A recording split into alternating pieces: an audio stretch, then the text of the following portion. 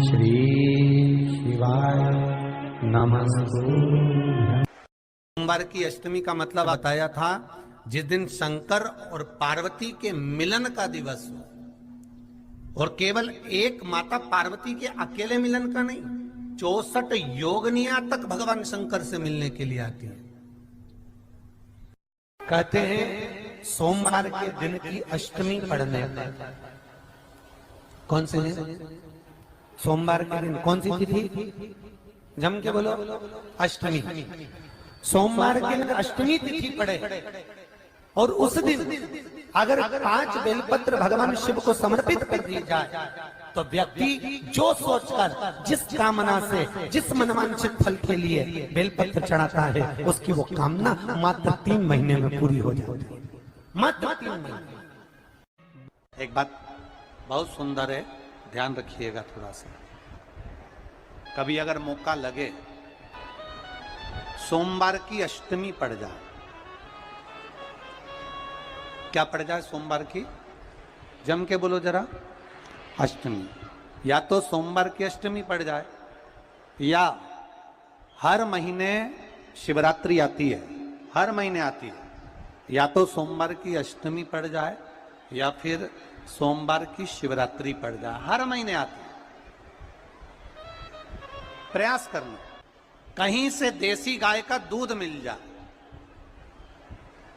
थोड़ा सा दूध देसी गाय का मिल जाए, थोड़ा सा दूध देसी गाय का, थोड़ा सा दूध अगर प्राप्त हो जाए,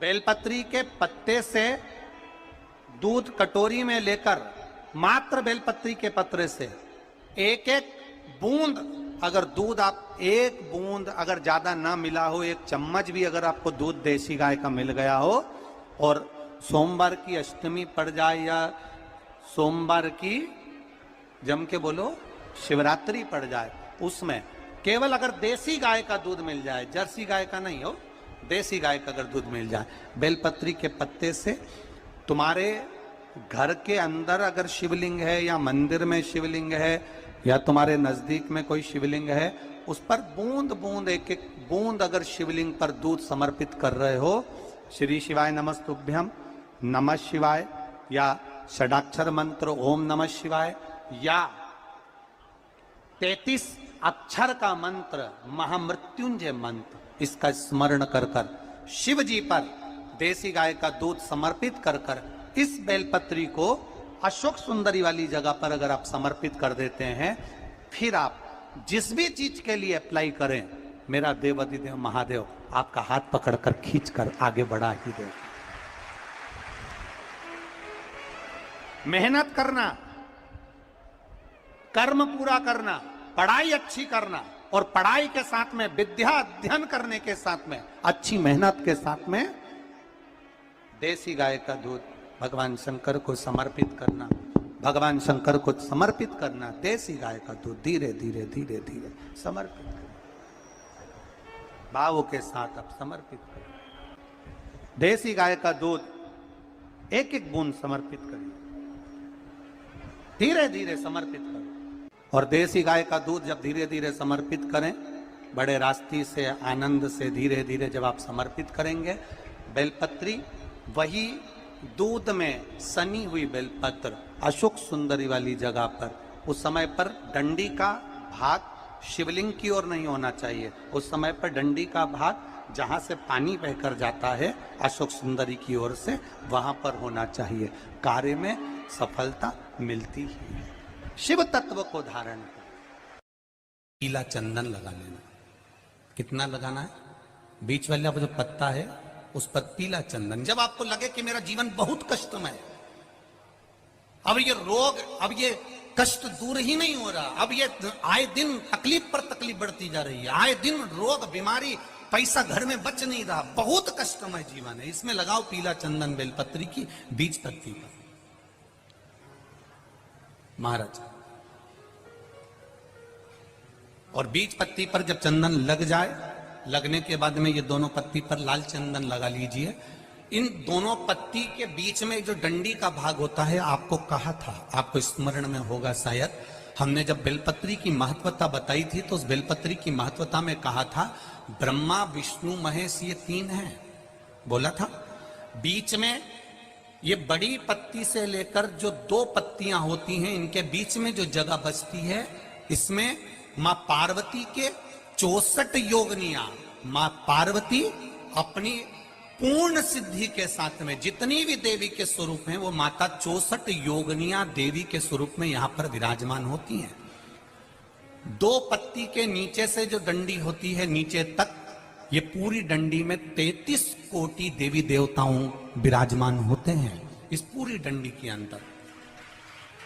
तो ये बीच वाली पत्ती है, ये जो बीच वाली पत्ती का जो भाग होता है, इस पत्ती के भाग में शहद का प्रयोग कर कर, यहां पीला चंदन, लाल चंदन, शहद का प्रयोग कर कर, इसी तरह से पकड़कर ये बेलपत्री की जो डंडी है वो अशुक सुंदरी पर जब आप समर्पित करें तो जहां से जल बहता है उस ओर पर इस पत्ती को चढ़ाकर केवल आपके हृदय की बात कहकर देवाधिदेव महादेव से कोई भी शिव जी का मंत्र, पंचाक्षर नमः शिवाय, षडाक्षर ओम नमः शिवाय, श्री शिवाय नमस्तुभ्यम, या महामृत्युंजय मंत्र, जो शिव का मंत्र हो आपके पास में, उसको बोलते हुए देवाधिदेव महादेव को धीरे धीरे जल की धार चढ़ाना प्रारंभ करो। जल की धार जब पूर्ण होने लगे, उसमें थोड़ा जल बचे, तब अशुक सुंदरी पर जो तुमने बेलपत्र चढ़ाई है वहां उस जलधार को चढ़ाएं।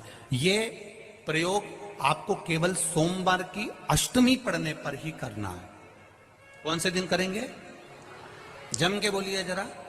सोमवार की अष्टमी पढ़ने पर यह प्रयोग करें और जल चढ़ाकर बाबा से विनती कर कर उसी बेलपत्र को वापस उठाकर कहीं जलाशय में या किसी पेड़ के नीचे विसर्जन कर दें और एक लोटा जल वहां भी चढ़ा दें। बस निवेदन कर कर आ जाइए, मेरा बाबा 3 माह के अंदर हाथ जरूर पकड़ेगा और आपको दलदल से बाहर निकाल देगा। बात और आपसे कहेंगे, उतारिएगा। जिसके शरीर में सफेद चमड़ी पड़ने लगती है, चर्म रोग हो जाता है, या चेहरे पर आंख के पास में पूरा कालापन आ जाता है, उसको हमेशा याद रखना है, लाल चंदन का लेपन पीपल के पत्ते पर करिए। काय पर करना है? पीपल के पत्ते पर लाल चंदन का लेपन करिए। लेपन कर कर सोमवार की अष्टमी के दिन उसको लेपन कर कर वापिस निकाल कर शंकर भगवान पर उसका धीरे धीरे त्रिपुंड बनाकर लेपन करना प्रारंभ करिए। जब आप त्रिपुंड बनाकर लेपन करना प्रारंभ करें, उसके बाद उस चंदन को जो सोमवार की अष्टमी है तब निकाल कर लिया है और निकाल कर लाकर उसको डब्बी में रख लें। उस चंदन का प्रयोग चर्म रोग के स्थान पर थोड़ी थोड़ी मात्रा में करना प्रारंभ करें पानी के साथ मिलाकर, परंतु उस चंदन को केवल 6 से 7 दिन में प्रयोग करिएगा, ज्यादा नहीं।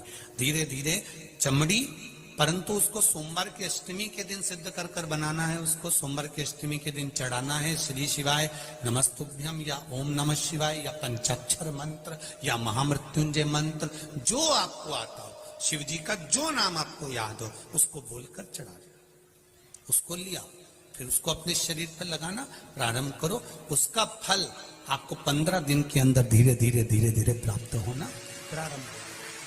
लाल चंदन का प्रयोग शिव जी के लिए अवश्य। सोमवार के अष्टमी के दिन अशोक सुंदरी वाली जगह, सबको मालूम है ना अशोक सुंदरी की जगह, अशोक सुंदरी वाली जगह पर 7 हल्दी की बिंदी रख दी जाए। लड़का लड़की जिसका विवाह नहीं हुआ उसका हाथ रख दिया जाए और वही हाथ के छापे पीपल के वृक्ष पर 5 लगा दिए जाएं। महाराज 3 महीने उसका विवाह पक्का हो जाता है। सोमवार की अष्टमी का इतना भाव है, सहज नहीं है। सोमवार की अष्टमी शिव और आद्य शक्ति का मिलन है। सोमवार की अष्टमी